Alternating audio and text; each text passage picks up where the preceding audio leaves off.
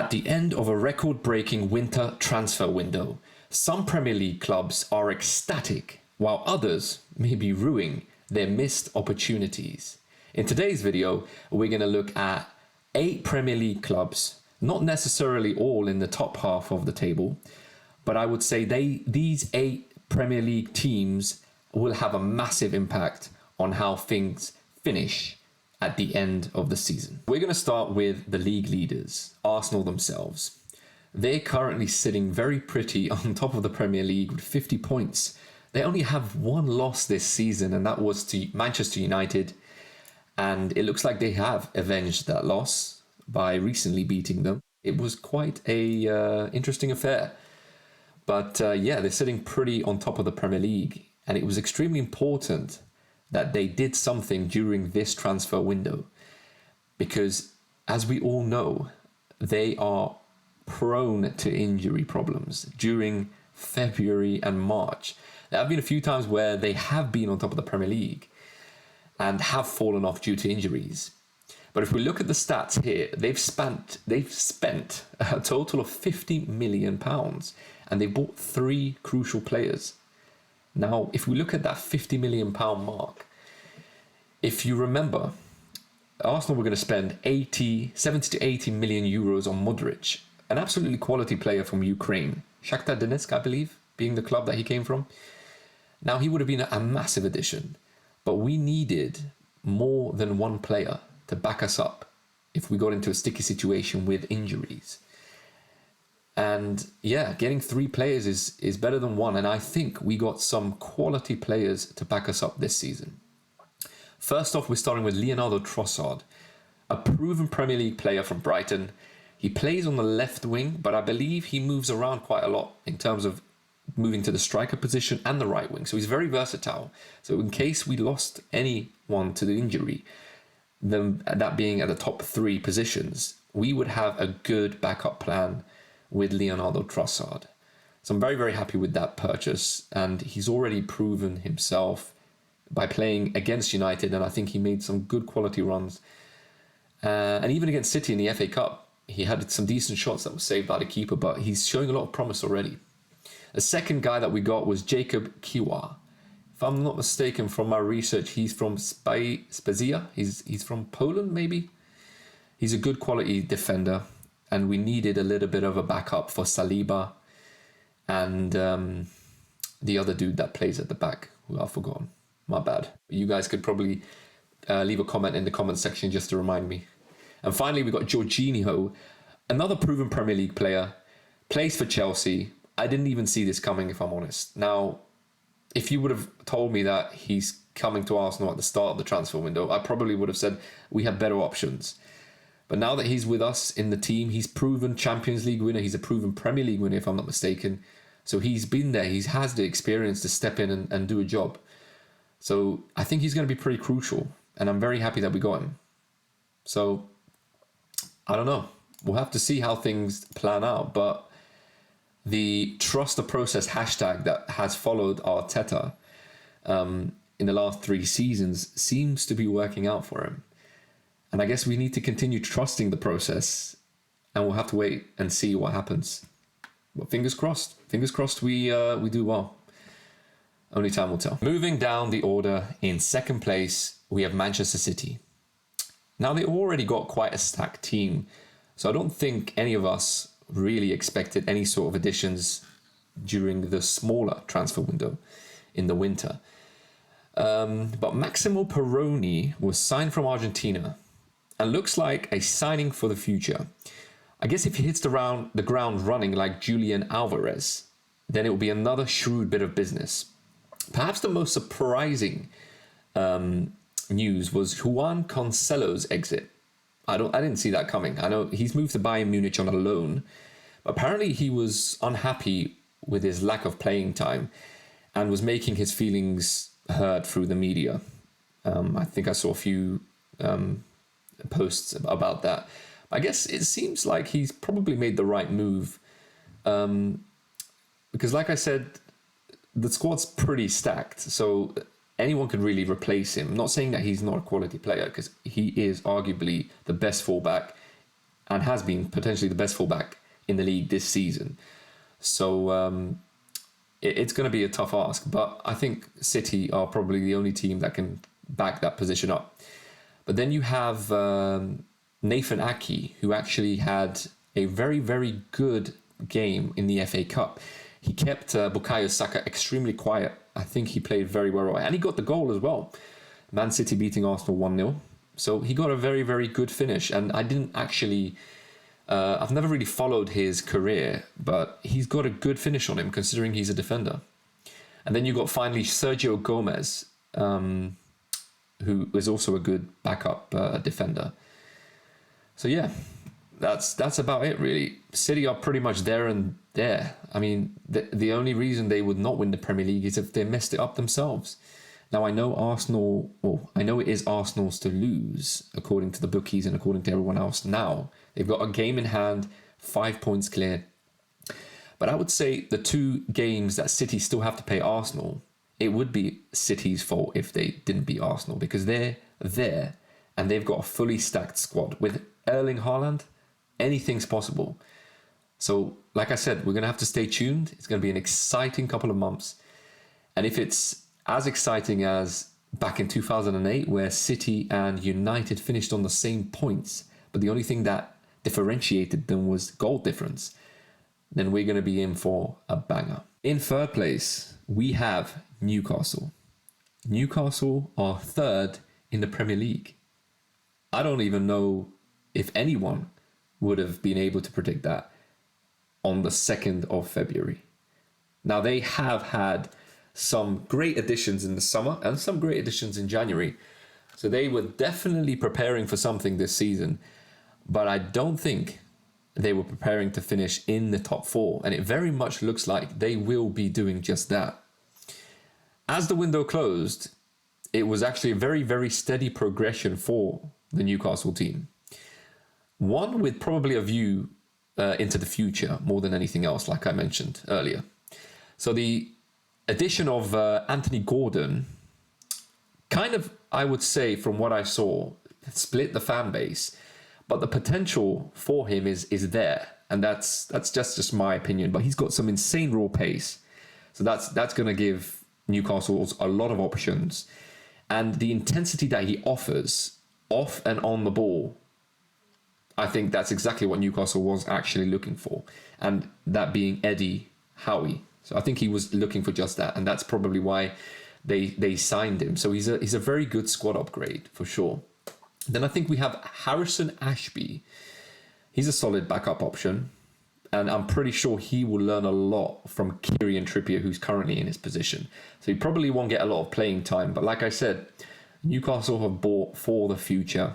And these guys are young players. So they're going to step in once the older guys are retired. And they're going to have probably learned quite a lot from them. Moving on, I think we have, I think they wanted to buy James Maddison, if I'm not mistaken, or Juri Tielemans from what I'm reading here. So yeah. Okay. Yeah, so I think that's about it. But the fans wanted a few additional players from what I'm actually reading here. And they didn't get it. But you know what? I think Newcastle are playing for the future. And they are overachieving, in my opinion. Some would say Arsenal are as well. But I would say Newcastle are definitely overachieving. And kudos to them. I'm very, very happy with the position that they're at. And why not? If they can hold on to third, that's going to be a massive achievement. Into the Champions League. I think they would still have to qualify for the Champions League. But one less qualification spot, which is absolutely great for them. So, yeah, onwards and upwards for them. Manchester United. Where do I even start? Erik ten Hag has had his work cut out ever since he took over.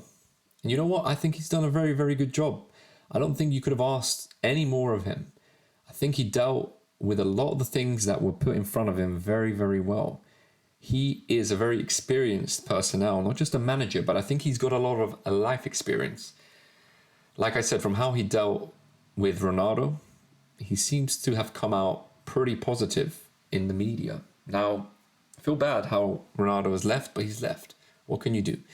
And with Christian Eriksen as well, a long-term injury for him. Erik ten Hag really needed some good quality players to come through, but he didn't necessarily have the tools at his disposal to actually buy the players he probably wanted. Now, from what I can see here, we have Wout Weghorst. Sorry if I butchered his name, but according to a lot of the pundits that were talking about him, he's somewhat of a pressing machine. He offers something different to Anthony Martial, who's currently not playing. But I guess he did play recently in the FA Cup, and he did score a goal, so he could be coming back into the team as a regular starter, or that could take some time. And then finally we have Marcel Sabitzer. Used to play for Bayern Munich. I think he's moved around in the Bundesliga a bit, but he's a very, very quality signing. It was, I would say, it was somewhat of a panic by Manchester United, very much last minute. So this could prove to be a very, very good addition, because he offers something slightly different to Eriksen, who's a good playmaker. But I think Sabitzer offers a little bit more of a defensive addition to the team. We have a good play. Well, Man United have a good player up front, slightly ahead of where Sabitzer is going to be playing, Casemiro. And then to have someone like Sabitzer just drop back and offer that addition of defense, I think will help United probably secure top four, and that's exactly what they're going for. So well done, United.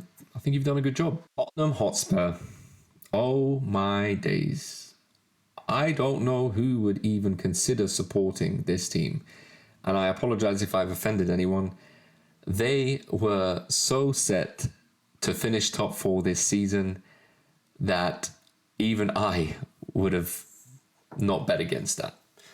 The fact that the way Arsenal capitulated last season and Tottenham secured that top four, I think we all predicted Tottenham to that was going to kickstart the next season and they're going to go on to better things. But it really looks like that hasn't been the case, and they pretty much have the same team. I know there's been some additions, aka Richarlison and maybe a few other players, but Son, he's been off form, and he was a very, very key player last season. Kane is bagging in the goals, and I think if it wasn't for Kane, Tottenham wouldn't even be where they are today. But anyway, let's look at how they went about the winter transfer.